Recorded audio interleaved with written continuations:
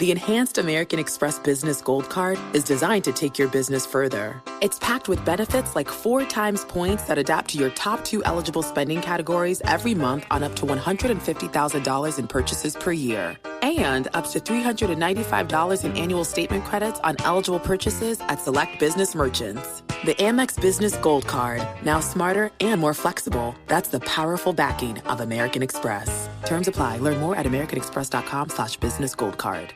Hey, happy Friday. Happy Friday. It's Friday. Yo. Wait, we got to hit the air horn. Hey. Period. We can't hear it, but they can hear it. That's all that matters. This is already fit to be. No, we're going to cut up. We are. It's Every already time. We got our triplet here. Okay, so you are now listening to the Double Dose Podcast, where you get your double dose of lifestyle, culture, and faith-based conversations From your new favorite twin cousins We are one set of twins with 2 different perspectives. Period.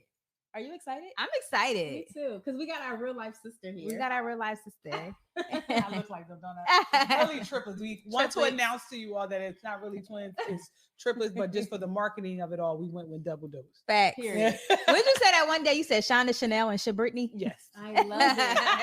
So Brittany is such a vibe. It is. Like, why is that not a name? But Wait. for the people who are living under a rock, this is Brittany Our Broaddus, sis, the #1 Christian sexologist, the intimacy coach. the #1 Christian sexologist. Yes. I had to emphasize that because some people Because feel like the that's people, taboo. the people can't just somehow fathom that you can be a Christian sexologist. You can be a Christian and educated on sex. I want you to.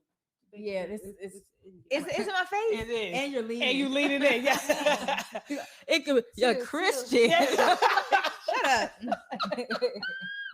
But absolutely, I'm going to steal the words from Dr. Shonda. I'm very Googleable. Very I'm Googleable. very Googleable. And in I fact, know who you stole that from. Not you, Girl, oh, bye. Girl.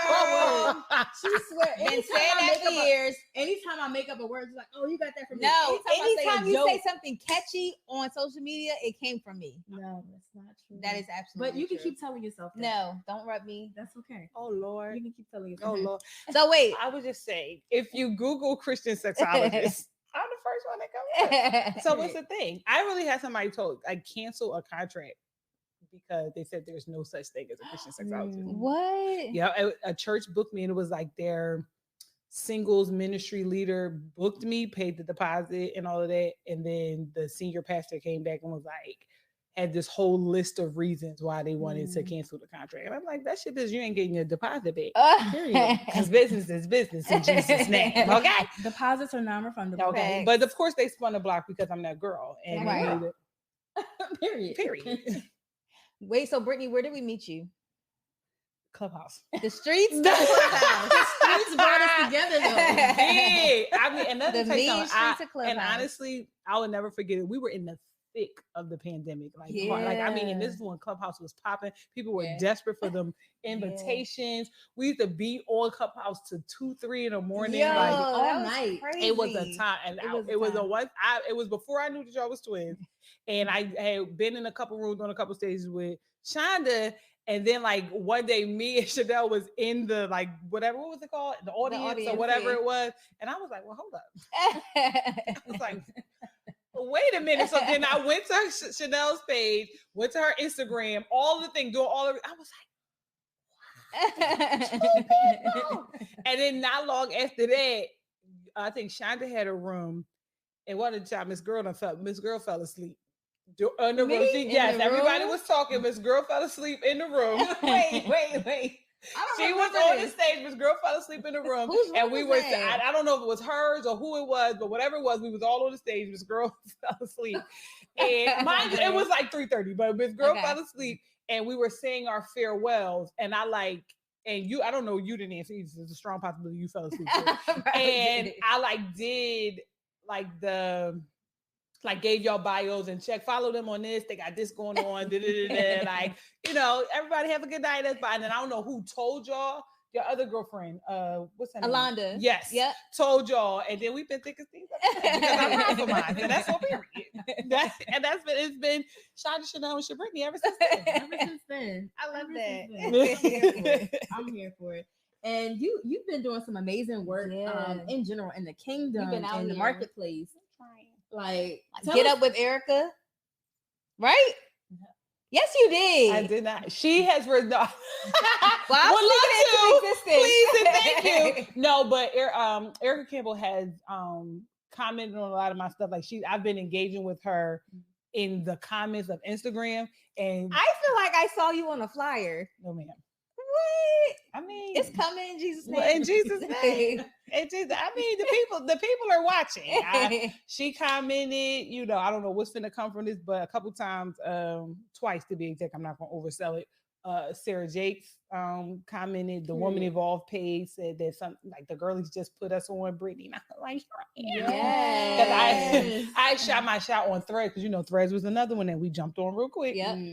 And I made this post and I said, I just finished doing my outline for my Woman Evolved speech or talk. It's called Did God Make a Mistake on Sexual Decision Making, Body Image, and Righteousness, or something like that. And I was like, no, I'm not speaking at Woman Evolved. However, if Sarah Jakes ever call me, just know I'm already ready. And so I post, and then I think I tagged her in the comments, like, whatever you could just, if you was wondering, Pastor, I got it. I was like, it's very likely that she doesn't know who I am. She doesn't know that I'm the #1 Christian sexologist, but I'm ready. You ain't got to get ready if you get ready. And so she was, people were tagging her, and like, of course, people read the message wrong and they really thought that I was speaking at Woman Evolved. But then she responded and was like, well, I know who you are now. And so I'm looking forward to learning from you. And she had another Christian expert, I don't know what her credentials are, on her show, and people was like, they were like, you gotta give Brittany. What was she saying? And I'll put it like this. She does really well. And I started following after. She does really well at navigating the algorithm, like using like funny phrases and words to speak about her, you know, her content and things like that. And I think that she is geared specifically to couples and like married couples. And so that is her particular lens. And then she's also Caucasian, so there's a different experience. Yeah. Like it's not good or bad. It's just different. I love that.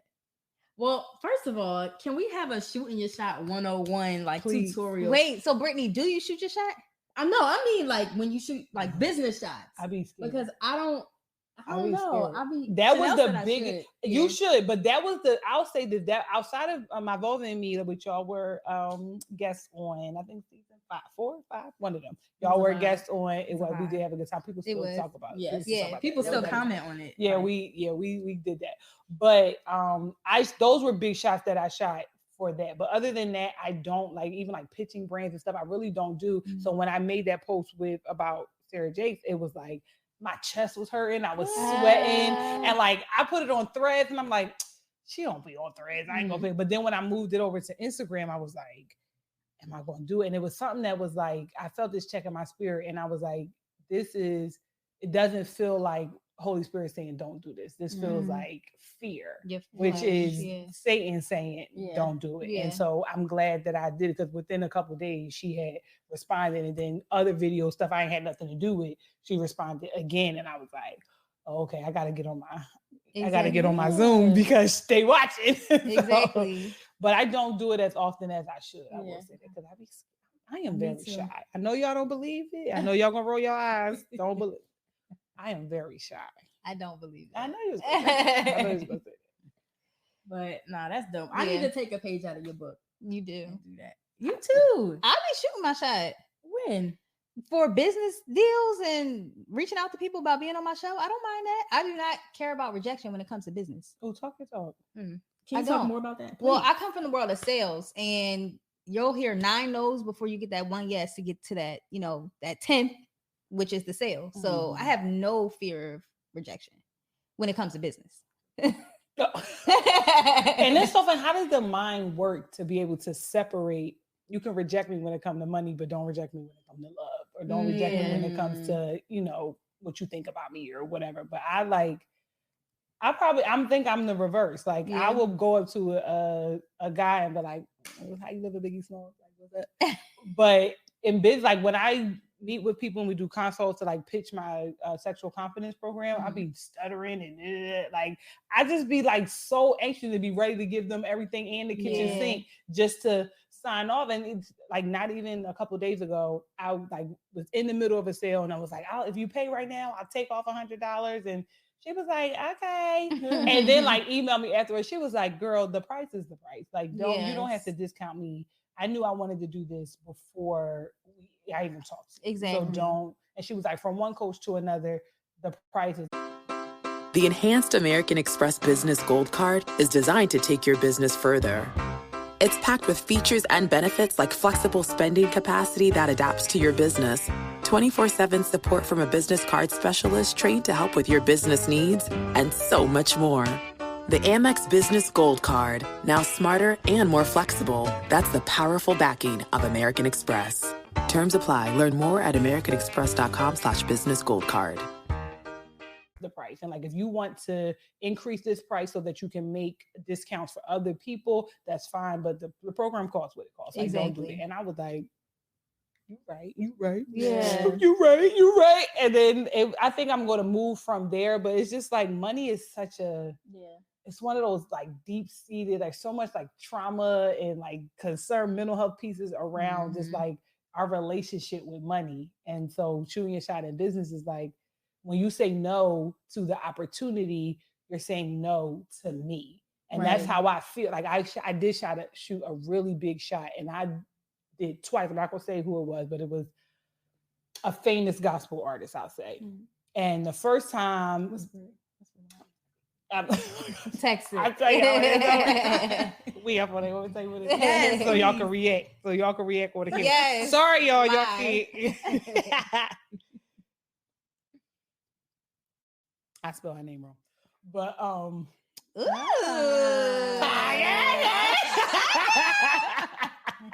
and so the first time it was just to be on my vulva and me, and the first time her team responded and was like, not right now, like we can't, her schedule doesn't permit, blah blah blah.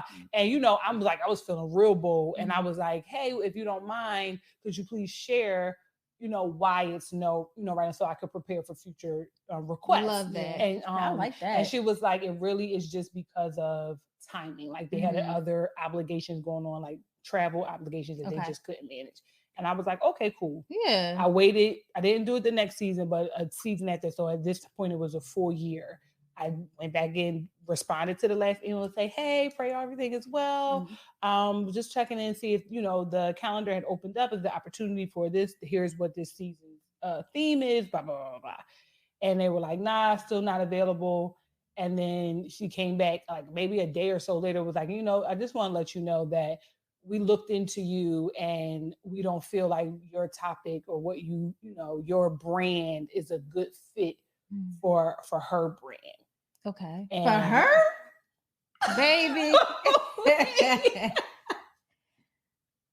Oh my God. The way you could have knocked me over with a feather. And and that's like no shade, no tea, no judgment, none of that. But I'm like, her? But then because I couldn't fathom it, I'm like, I must be that far gone if this person is like, nah. And like it took like, my girlfriends, my pastor, my first lady, like really was like, they, reacted, but then was just like, nah, that is them. It's not you. And then more than likely it's a lack of, like, they may have did a quick research, but they did not look into you enough, because anybody who really knows your work, like explicit, over the top, not like that's all. Not you're straight Bible. Yes. You're straight Bible. And and I was like, that really messed me up. And that was on the heels of this person. Hold on, check it out. It's always the worst when it's back to back. Yeah, that was on the heels of this person also telling me no. What? That's what they talk about. Yeah, I was like, that's what they talk about. Yeah. And so I left that with two things. Like, there are lessons learned in the no's. Like, we, don't like it, doesn't feel good, but there are lessons in no's. Yes. Right. And so what I took from that was, one, I could stand to be more clear in my messaging. Exactly. Right. I had to, and I still haven't done it all the way, and I'm still working on it, but come from behind the dances and the pointing and the voiceovers and all that, which is cute and it, goes viral and all that and funny, which is part of my brand as an edutainer. But sometimes I just need to teach. Yeah. And so everybody's not going to be able to come to a conference with me. Everybody's not going to be able to, or going to log on to my monthly Bible study that I have or anything like that. So anytime that I'm standing in front of people, I need to teach. And we recognize that Instagram, they're not reading them captions. That's honestly, if you read my caption, that's where all the glory is. But they're not. They're looking at that 90-second and then they taking it away from there, like the clickbait. Exactly. That's what they consuming the clickbait and going on with about their business, thinking that they know all the things and they don't. Exactly. And so I have to not be afraid of just sitting in front of the camera and just teaching. And that's what trying to expand on TikTok is forcing me to do, because the TikTok girlies don't want, if they come to see you dance, is because they come to be entertained. If you present yourself as an educator of any sort, they want to be educated and don't come with no nonsense. And can you give me a TikTok tutorial? Because I just can't. Oh, that's this girl. That's Miss Girl right here. That's this one here. I'm still trying to figure it out. I can't tap in. It's a journey. I'm still trying to figure it out too, but it's a journey. But y'all preaching already. Y'all talking about rejection. I want to go back. I want to go back because I really love that you came to that conclusion on your own. That like, hey, when I'm talking to these people, I just need to present them with more value. Yeah. Because for me, like when I'm selling someone, when I'm pitching someone, either if it's like at work or if it's my personal brand, yes, I deal with the emotions of hearing no. But at the end of the day, I always come back to the point, well, okay, I know I got something good. I know I have something. I just didn't sell them on the value good enough. Right. Yeah. I just did not spell out points A and points B and how our missions and our visions align and how we can effectively work together. So I always lean in on the fact that it ain't me. Like it's the fact that I didn't really articulate the value. Yeah. And that's always an opportunity to improve. And I find like I also have to, it's the angst of comparison, right? Especially in measuring success by only financial, right? Especially in the work that I do and a lot of the work that you all do, the ministry pieces of it. And will God bless us and sustain us and keep us and enlarge our territory and all those things? Absolutely. Yeah, sure. But sometimes the success is in the impact, is in the iron and sharpens iron. And we can't be, now granted, I've been in the game for a little bit, so I'm not finna be doing a whole bunch of stuff for exposure. Right. Come on. Because we passed that stage. Okay, don't ask me to come to no conference. Do you hear me what I'm saying? Because I'm going to go ye therefore into all nations, but the invoice is going to come follow close behind. Right? And somebody, money in the bank. Okay, and somebody's going to take that and be like, ministry is free. And then ministry is free, but it costs to do ministry. Exactly. And some of y'all go catch that when y'all get, in the car. And so I think that the work, and Dr. Donna Oriola of Anai Wright, she's a sex and relationship therapist, and her focus is on texturism and colorism. She shifted the language from charging your worth to charging what the work is worth, because there is no value. You cannot give a numeric value to your worth. Charging what the work is worth, and that comes with making sure the value is packaged well and expressed appropriately in those calls. Absolutely. And I find it hard to sometimes communicate, because with service-based businesses, you're not really promoting the service, but the outcome.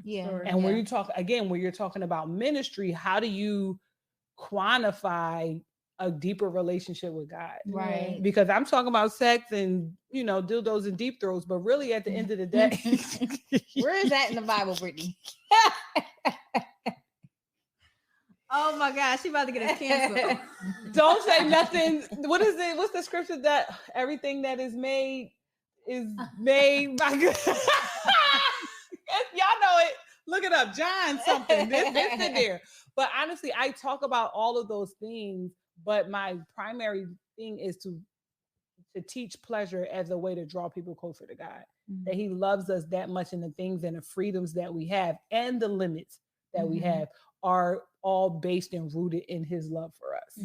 And so how do you package that? And so I do sometimes have to lean into what marketing says and the clickbait and all the things. My program is called Building Sexual Confidence. But what it really is being sure of yourself. And if you're single, The sexual confidence comes from the fact that you have presented your body as a living sacrifice, that you are not conformed to this world, that you are daily, that this program helps you to do the work of daily renewing your mind, right? That's what this is. And now, yes, will orgasms come from it? Praise the Lord. But that's not what the purpose is. And on that note, I know Brittany has developed these sexual conversation cards. I see. Wait, so are these for homegirls? Is this for homegirl night? Is this for like with your boo? Like what is yes, it for? It's for everything. It is for everything. During discussions, what? Okay, so let me ask you this. Okay. Are we supposed to be having conversations like this as women of God, as people who are walking in holiness, as people who are supposed to be abstaining? Absolutely. And that's why the tagline on that is sex talk that doesn't have to lead to the bedroom. Okay. And I put the have to because, number one, it doesn't have to, meaning we can just talk about this and it just be just a conversation. Mm-hmm. Also, it doesn't have to, as it's not intended to that. And if you find yourself there, that's your blame business. That's between you and the God that you serve. That's your business. Okay.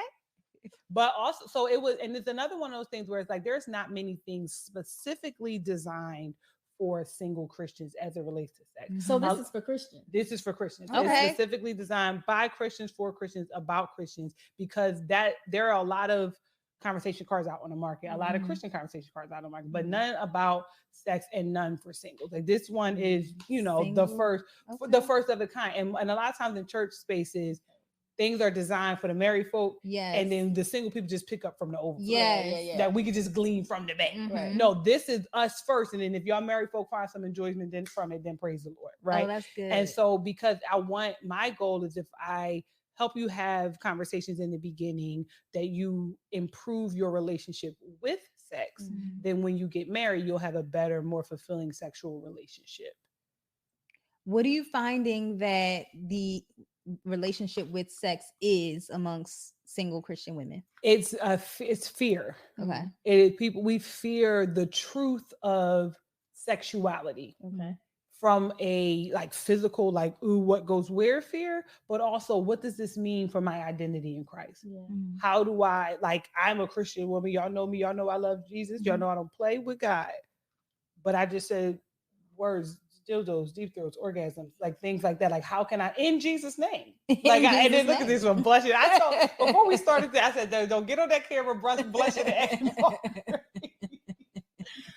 Oh my gosh. And so what does that mean, to do that? When I say that pleasure is your birthright, when I say things like the clitoris was in the garden before the snake or the serpent ever got there. And when the garden was still the place of perfection, was still paradise, there was a clitoris and a penis and a frenulum and all those there. And God designed human sexuality, or deemed human sexuality as holy the moment he said, be fruitful and multiply. Us, his great humanity, his greatest creation, continues on earth through the process of human sexuality.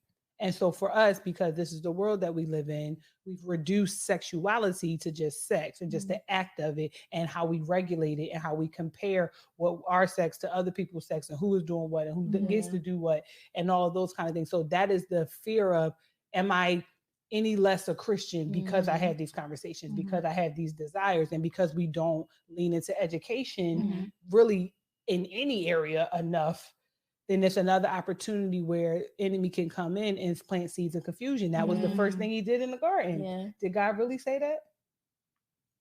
That's what he said. Did he really say that? Yeah. Or and then after that, have you questioning yourself? Have you questioning what he said, and then have you questioning who he is? Because then the next thing he said was, "Man, he just doing it because he don't want you to be like him." So he painted God as somebody who is withholding.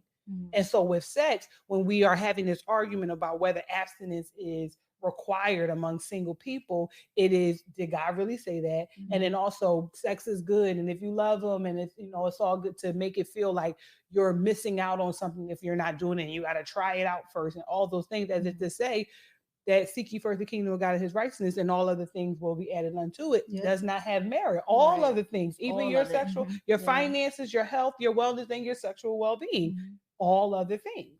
And so that is what I find people don't know where to start. And so that's why I created these cards. They're not as super spicy. They're not supposed to wake love before it's time, but it really is giving you a starting point for what I like. The formula that I like to have for sex talk before marriage is the what and the what not, but not the how and the when. Right. Any information, any questions or discussions that we have that's not news you can use in the moment, we don't need to talk about it. Like, what's an example of that? What's an example? Now, don't get the blush of the accuracy. So I said this in Bible. I didn't accidentally on purpose said throat coat in Bible study yesterday. Oh, at your church? So I do. Oh no, I got put out. I do a monthly Bible study called Naked and Unashamed. Is it free? Yeah, it's free. We're going verse by verse to find God's heart for sex, intimacy, and relationships. Wow. So wait, you do it monthly? Monthly, every first Tuesday. Okay. Oh, that's awesome. On Zoom. And so last night, after we went through Genesis 5, through the lineage from Adam to Noah, and then we had a discussion on desire and relationships. And that was one of the questions, like, how far is too far as far as the discussion? And I gave them the formula, and I was like, if you are a throat goat, what good is that to tell this person you're dating? They can't use that information right now. What are they going to do there? That's going to tempt them. Exactly. However, if you understand, because you had not abstained, you had sexual experiences before, and you understand that oral sex is an important part of your sexual pleasure and itinerary, having a discussion as in like, you want me to no, but hey, what are your thoughts on oral sex in marriage? Like that's getting people's feedback or their thoughts on interest in, fear of, expectations. Those are the conversations that you have beforehand, because those are the conversations that determine where the relationship can or should go. Right. And it gives people the opportunity to make informed decisions about this connection. And a lot of times, unfortunately, because the dating pool is in the state that it is, I'm not going to cast any dispersions, but it is what it is. People are fearful of finding somebody, so they're going to try to make, they're going to dip some of them red flags in their bleach, and then not dip the red flags in bleach. And now we got yellow flags and green flags and tan. So how do we play? Wait, hold on. No, go ahead and figure out how to play. While we do that, while you open it, so you mentioned that pleasure is our birthright. So what about people who think that, sex is just for be fruitful and multiply? That's for having kids. Yeah. Oh, so you have how to play cards. Yes. Okay. Okay.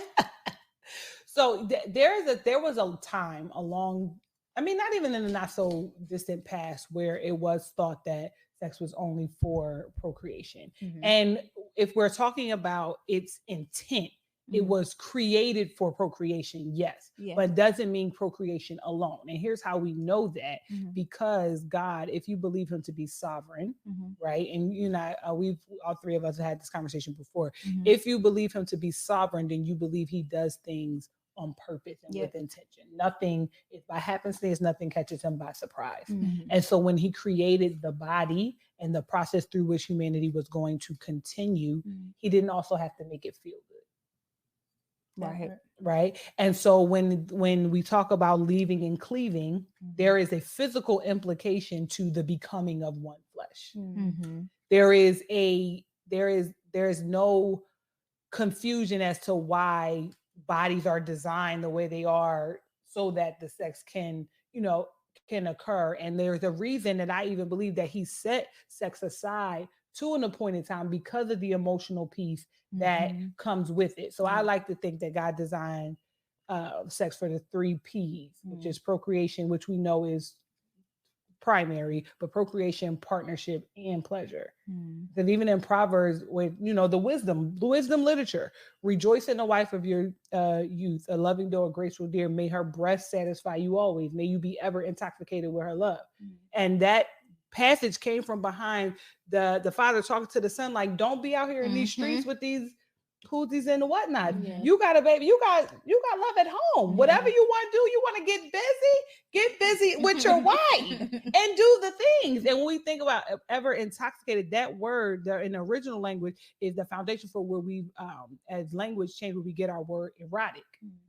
And then intoxicated, like when you, I mean, I know y'all saved, so y'all don't get drunk. Amen. But when you think about intoxication, when you're just like outside yourself, just like enraptured, because another translation said enraptured, like literally lose yourself in the safety and sanctity of this connection and the pleasures that are resulting because of the way, like the grace of pleasure is in our physical members, not just in our desires and our thoughts, but like the clitoris, that's what it does. We have erogenous zones for a reason. Now humanity may have given it a term, but God gave it a home.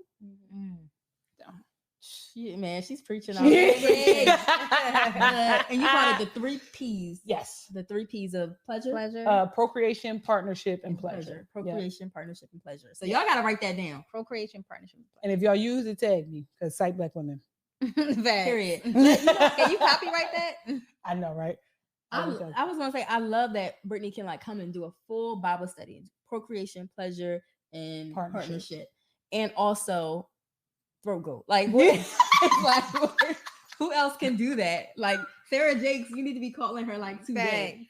Come on, woman of all. By the way, the name of this episode is "Where is Throat Goat in the Bible?" Oh wow! Is it in the Bible? You're the one who asked that. Like, where is throat goat in the Bible? You don't remember saying? No, that was dildos and deep throats in the Bible. Oh, but still, also, but don't write that. Don't. Sorry. I told y'all it was gonna be a lot of carrying on today. This might just go straight to YouTube. I don't know if this can go to the Facebook. It can't go to the Facebook. Okay, so how to play. Shuffle the cards and place them face down in the center of the group. Okay. Did you shuffle them? Yes. All right. The first to dare. And are these available right now? They are available right now. Okay. Where are they? We can get into all of that. Okay. The first to dare draws a card from the deck and reads the question aloud. Each person takes turns answering the questions. After everyone has answered, the next person draws a new card and the process continues. Each person has the option to pass the mic for any question that makes them uncomfortable or the answer is not suitable. If you could ask God anything about sex, what would it be? She absolutely did not shuffle those cards. I did. So go ahead and answer and I'll shuffle. Answer. You pick the card. You have to start first. That's the rule. If I could ask God anything about sex, what would it be? That's such a hard question. Can you show me how it's done? Can you answer this first? Answer the question. If I could ask God anything about sex, what would it be? I would want to know, and God, Big G, you know I don't question you, but I appreciate that you are not so sensitive that we cannot ask questions of you. Yes. And I would want to know that if you were going to set sex aside for the appointed time, why could not the yearnings and the desires also be delayed until the time? I think it's worse when you get older. Hold on, let's drop a bomb. Which one's the bomb? The bomb. The bomb in Gilead. The bomb in Gilead. I would really like, because the thing is like, bro, like you literally was like moon, sun, oceans, you go there. You could also be like horniness, chill. She's going to get married at 33, January the 9th. Turn it on. Maybe the 6th. Like, you know, she cool at the rehearsal dinner, but then like, why that it would just make so much more sense. Honestly, so much more sense, because sex is the sin that so easily besets so many of us. Yeah. So many of us, and it is our thorn. And that's also might be it. Like, because I needed to keep y'all on your knees, because y'all gonna stay off your knees. So yeah, that's what I would ask God. Okay. Y'all, good answer. Now y'all have to answer, because they always, this is how we, let me just want to let y'all know. We have these conversations in real life because we friends in real life, and they always be like, oh, that's so good, and then move on to the next question and don't never answer it. Leave me out there. No. Next. Come on, question. Oh my God. I don't know. Like, what do you want to ask God about sex? I don't know. They always do me like this every time. Can we choose a different card? Wow. Yes. Oh, y'all passing we gotta the show them how y'all it's passing done. the mic already. You see, so slick. I'm not answering this one. What does your faith have to do with your sexual and or relational choices? That's a good question. So when it comes to relational choices, of course, like our faith should be yours personally. Oh. You're not Dr. Shonda right now. Okay. What does your faith have to do with your sexual choices? Okay. So in terms of my faith, I know that I'm like I desire marriage, of course, and my desire is to marry someone who can be the priest of my household. Yes, Lord. Yeah. And so if that's the case, I can't, date somebody who can't pray their way out of a wet paper bag. Come on here, say the word. Like, because anything can happen. Anything. So when it comes to my faith, like I always look for someone who is rooted and grounded in prayer and the word. Because I just couldn't be in a relationship with someone who doesn't value that. Yes, absolutely. That's great. Wrench back because she's gonna try to slide. No, I think you answered that so well. Oh my gosh. For you. Listen, you personally. No, I think it's good. What is my faith? I mean, along the same lines, I can't choose someone. I can't be out faithing my partner, right? Because I need someone, because when calamity is taking place, when something's happening on my end, I need my cup filled up, right? So I would prefer for someone to be strong in their faith and stronger than me in their faith. That is my preference. Go a little spicier. That's good. Oh, goodness. Just a little, just a tint. If it were only up to you, how many times a week would you have sex?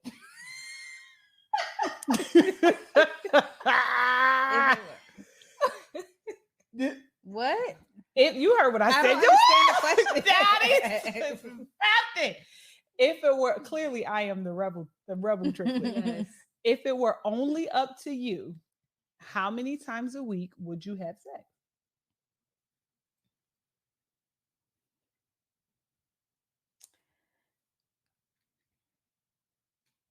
What's average? Yeah, average. For you.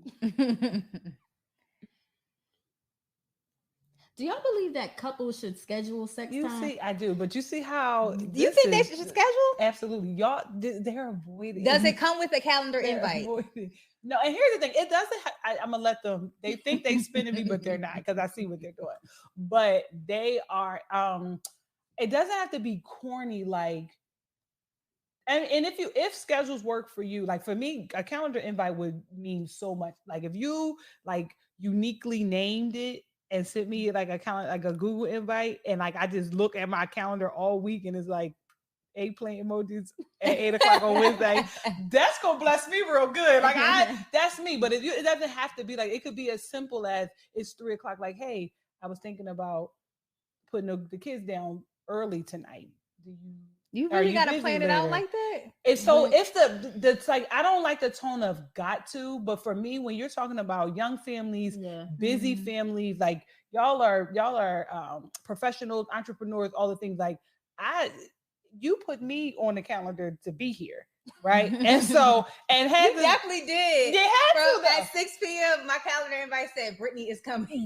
But this is because the thing is that because there's so much going on in the world. Yeah. Is scheduling sex is establishing it as a priority, because in certain people's lives, if it doesn't make the calendar, it doesn't happen. It doesn't exist, right. And then if it doesn't make the calendar, there's opportunities for competing priorities to take your attention. And so if it's on the calendar, we have a standing arrangement for, I like to do this with my clients where they're every Wednesday at 8:00 is heads and beds, like for my parents, like heads and beds. We're not cooking that night, we're ordering out, so there's not a whole bunch of dishes. We're going to clean the night before, we're going to stay out and do activities with the kids so they are wore out, so when they come home we are shower and in the bed, and then it's just me and you. And so sometimes me and you means full on, sometimes it I can't with her. If you are not watching the visual of this, please head over to YouTube so you can see what that was. Please, YouTube now.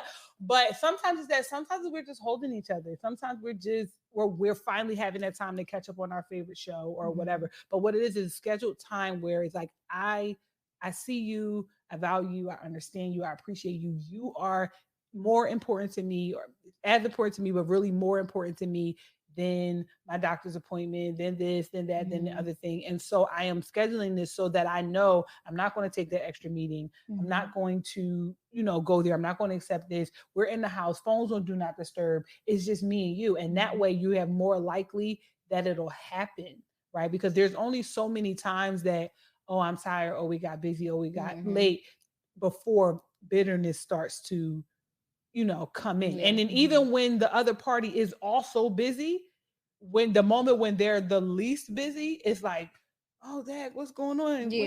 But if you scheduled it and it's understood, this is what happens. Like, that's like you put your kids in the bed, let's make them sleep in their room instead of having them sleep in your bed. And all like that, folks get used to, folks begin to understand in your orbit. Don't call them Wednesday at 8:00. And somebody like me, you keep calling me Wednesday at 8:00, I'm gonna answer the phone. Nah. And what does that mean, Brittany?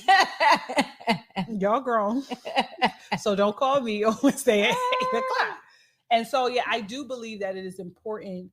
It may not be necessary for all couples, but I think that couples who find that necessary shouldn't be ashamed of it. It doesn't. Hollywood has done a number on what we see and believe is sexy and romantic and that kind of thing. And people have elevated almost to the point of idolatry spontaneity. Like, you're not going to kiss while you're going into the door and somebody's unlocking the door like this, and then you kiss and your clothes magically drop off and then you are erupting in love on the kitchen floor like they do on TV. You're not going to do that. Right. You're going to eat, and then you're going to read the bedtime story. You're going to put the kids to bed, and you're going to brush your teeth, and you're going to fuss about why they didn't change the dryer over. And then you're going to get in the bed and you're going to have on your flannels, and you're going to be like, you want to? I mean, I will if you do. Okay. And then that's how it's going to go. And that's fine. That's not any less sexy. It's not any, like, the desire is not any less there. Now, is there moments where you put on the full regalia? Sure. But also and that's why there's a newness that comes when those things happen. That's why hotel sex is what it is. And I was married for 10 years. That's the only reason why I know. I was going to follow up with that question because they need to know that you was married. That's the only reason that I know that hotel sex is better. So no, like, why? Hold on. Let me think. Hold on before I be lying. No, that is the only reason that I know. Well, praise God. Amen. Because I had to run it back. That's the only reason why I know that hotel sex. And it's because there's when you're not in a hotel. I mean, first of all, just imagine for the yet holding on. Hotel sleep is better than in the house. So only imagine what hotel, anything else. Okay. And it is okay to create that, that spark and those kind of things. But that's the other thing that we've idolized is getting the spark back in your marriage and all those things. But just like, I think it was Dr. Raquel. I think so. Dr. Raquel Martin, who talks about this idea of, maybe it's Tico, somebody, the full, like our giving from our overflow and having a full cup. And we focus on that so much, but we don't look at the things that are putting holes in our cups. And so when we think about sex and marriage, we always are consistently on this journey to get the spark back. But if we have a foundation of like a kindling of the flame that is being stoked in those flames with intimacy, with sensuality that far exceeds sex, if you are always doing things that tells your partner, I see you, I hear you, I value you, I understand you, then the sex is just an expression of what is already there. And if you want a firework or an explosion one day, sure, but the path to successful marriage is built on the you want to more than it is in the so okay. That was really good. Y'all didn't answer the question. They ain't answer the question. Y'all real slick. Okay, that's all right. Hold on, okay. Are you more of a ride or die or a one and done when it comes to infidelity? I hate that term. What, ride or die or yeah. infidelity? Meaning like Ride or die. Meaning infidelity isn't the end all be all. I get it. No. Oh yeah, yes. Yeah. Okay. I just hate that term of like, because ride or die just sounds like a pushover, like they'll just take anything, like from Love and Hip Hop. Oh wow. Why are you dropping names? We naming names. We can edit this out. I mean, but also it is a common regular discussion about she, not her herself, but the archetype that she represents. But the idea that even really did, and we take it bigger than her, like because there was Beyonce, even there was a whole thing like all through social media about even these people got cheated on, and the idea that Black women have to struggle first before we get the love that we deem, which is really the root of where that question comes from. Like, where does infidelity rank in your world? Answer the question. It depends on the situation. So for me, it's not the end all be all, depending again on the situation. But I would want to ask questions like, was there an emotional connection with this person? Was it someone who I know, like someone that you like? All these things play a significant role, but I wouldn't say that, it's a one and done type situation. Yeah, I would say the same thing. I really don't like that term ride or die because it sounds like, Okay, you let me it sounds like just for her. Hold on. It sounds like you're comfortable with constantly being, ran over or whatever. With that said, I do lean more into I do lean more into that as described here, the ride or die. Because infidelity is not the end all be all. I do believe in working it out or whatever. Just don't. I'm not your punching bag. Don't think you can continue to do that. Yeah. And I think for me, at one point, I went into my marriage like, once we say I do, that's it. I don't care. You better, if you got an attitude, whatever, you go lay in the basement, and we for a couple of weeks or whatever, we're gonna figure this out. We're gonna come back together. That's how But the way I look at infidelity now, it is like kind of dependent on the situation. Like, I'm not gonna go into it like, if you do it, like it's not the end of the world, like in a permissive way. But for me, it's more that I can get over you put your penis in her vagina. I can get over that. I can't get over, and what I know will linger. And even if I say I forgive you, I know it's going to come back, because that the moments when you were doing it, where did I think you were? When you came back to me from her, where did you say you were? What did you do before you engaged with me? Did y'all ever how were you treating me when you were, around? Like all of those things, because then that is for me, information is everything to me. Call it a trauma response, whatever. I don't know why. I really don't. Hold your head up. I had to stop saying stuff and stop. Call it, call it a trauma response, call it what you want, but I feel safest when I have all the information. And so if you love me, you know that.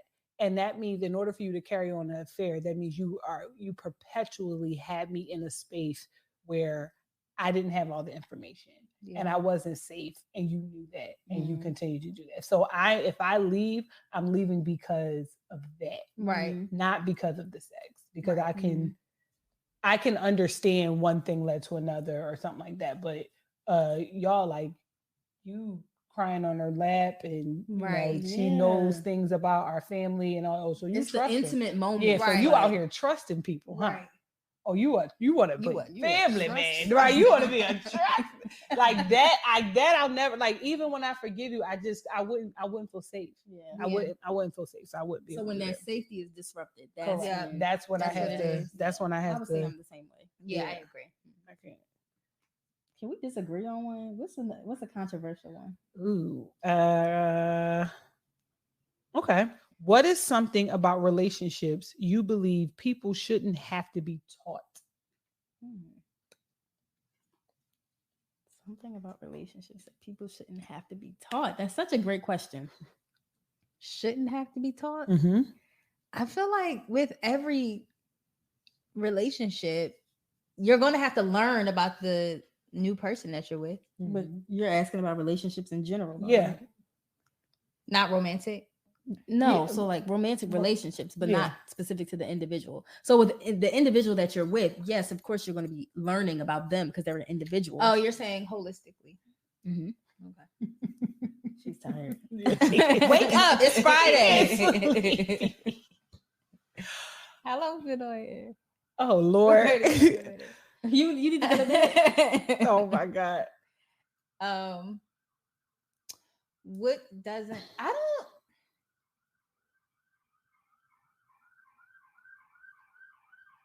I think that stop. I think that when it comes to, like we just talked about this, prioritizing, being able to prioritize your partner. Yeah. I feel like that shouldn't have to be taught. Because you should know where I sit in your life, right? Mm-hmm. But I do understand if somebody needs to be taught that, because somebody may not be used to letting somebody in or letting that person into their personal space and being vulnerable or whatever. So although I don't think it should be taught, I understand if it needs to be taught. So what's the answer? You're right. That's my answer. It shouldn't be taught to prioritize people. But if you need to be taught, I understand. There's a TikTok sound that I ask you a very clear question and you giving me very cloudy answers. And I don't understand why. No, for me, it is honesty. Yeah. Like I shouldn't have to tell you to tell the truth. Right. Like you been taught not to fib since you got here. Since you was a kid. Like honestly, like if you are still at this big old age, still lying, like I just don't understand it. Mm-hmm. Like, and because I am not a person, I present, and probably should get better at this, but the way I present, there's literally no reason to lie to me.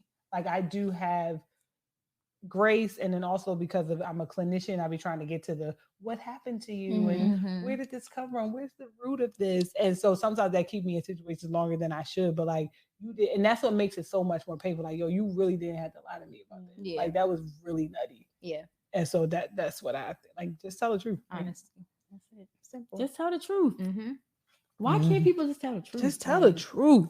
I would say, for me, something that shouldn't be taught in relationships is empathy. Mm-hmm. Like that is a very basic human thing that we learn in general, right? Like to be empathetic to one another. If you're not empathetic, strong likelihood that you're like a sociopath or a psychopath, right? Mm-hmm. That is the absence of empathy for other people. Yep.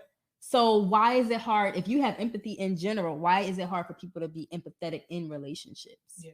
And the thing is that for me, empathy, what did I say that today? Empathy leads to intimacy, which then leads to ecstasy.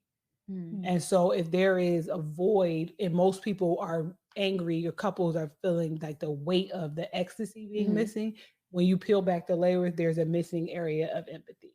There's a partner who's not feeling like they've been seen or heard, so then intimacy is not present. We're going through the motions. We're more like roommates. Yeah. And I tell my couple, I have a lot of couples that I tell them, y'all do teammate really well. Mm-hmm. Y'all do roommate really well. Y'all don't do lover that well. Mm-hmm.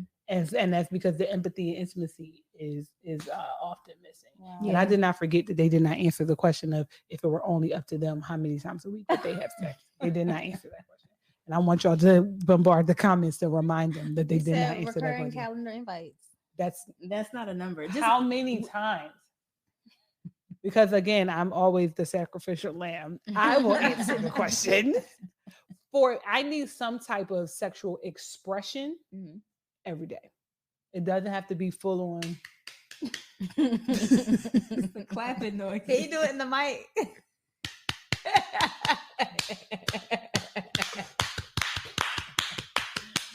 It doesn't have to be that every day, but I need some type of touch, some type of look, some type of lip bite, some type of something that says, I want that. I want you. Maybe not right now because I'm tired or I got to work or I'm going away. Oh, but when I get back, I'm a that. So that's important for me. Okay. Good job. Amen. They still ain't answered the question. How would a romantic partner know you love them? And now we can't do no more because then they have to buy them. And then we did all of them on the show. How would a romantic partner know you love them? How would they know that I love them? Such a great question. I did good on these, didn't I? You did.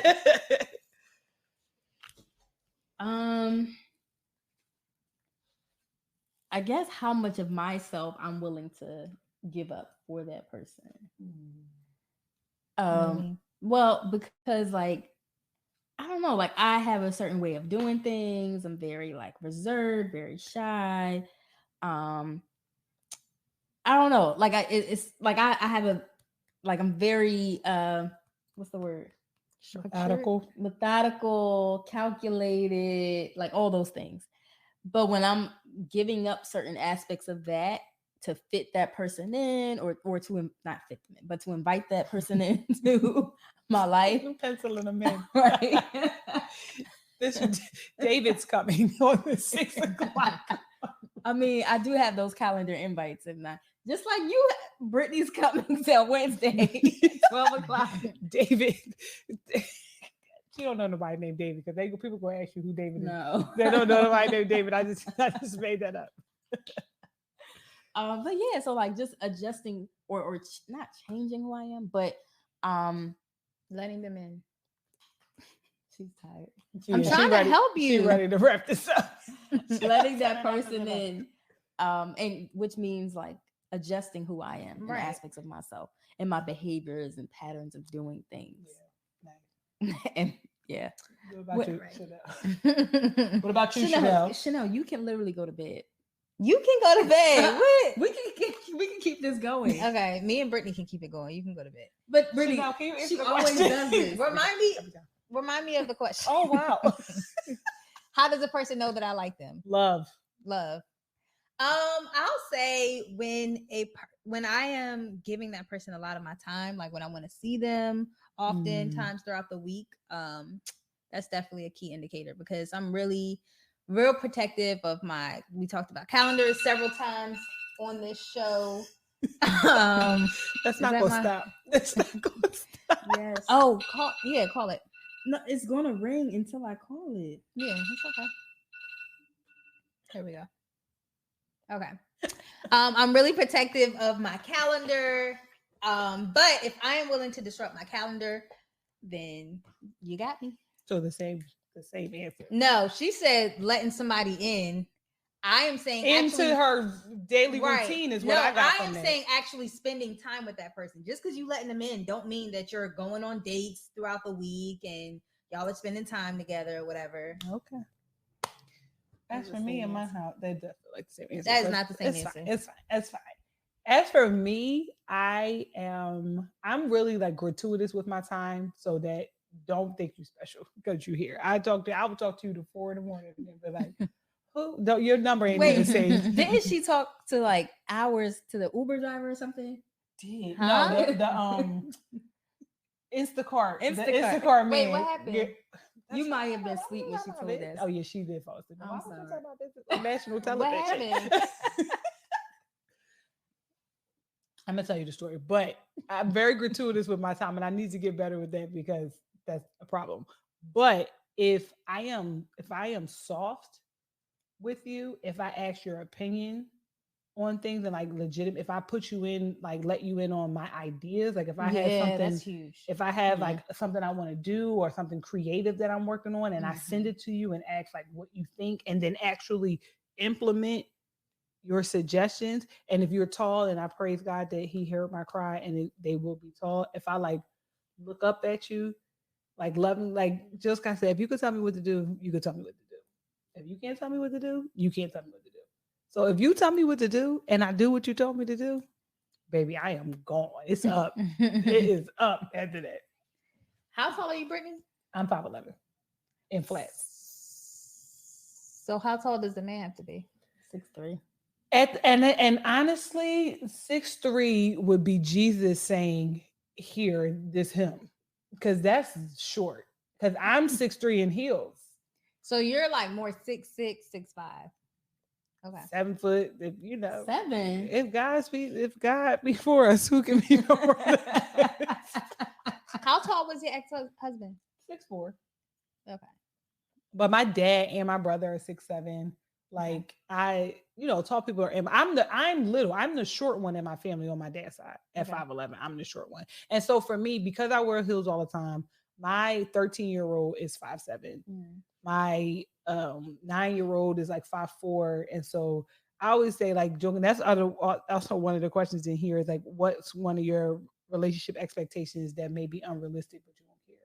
Like, height is one of them for me. Like, I don't care. Like, we can't all be in here bigger than you. Honestly, they're gonna be bossing your man around. This is what I'm saying. And that big one, that 13-year-old, that thing, we already trying to rebuke that spirit off of him. And so you can't like come in here sowing seeds of discord with your shortness. Like I just can't do it. I can't do it. And that's the thing. Like I like cuddling. I've cuddled with 5'9"ers before, and it's just 5'9". So who's the big spoon and little spoon with a 5'9"er? Right. I'm gonna have to be. And that's You're not the big spoon. Yeah, and I don't like that. I don't like that. I don't like that. I know. I want to be like. Take your business further with the American Express Business Gold Card. Now smarter and more flexible. It's packed with enhanced benefits that are built for your business. All with the powerful backing of Amex. Terms apply. Learn more at americanexpress.com/businessgoldcard.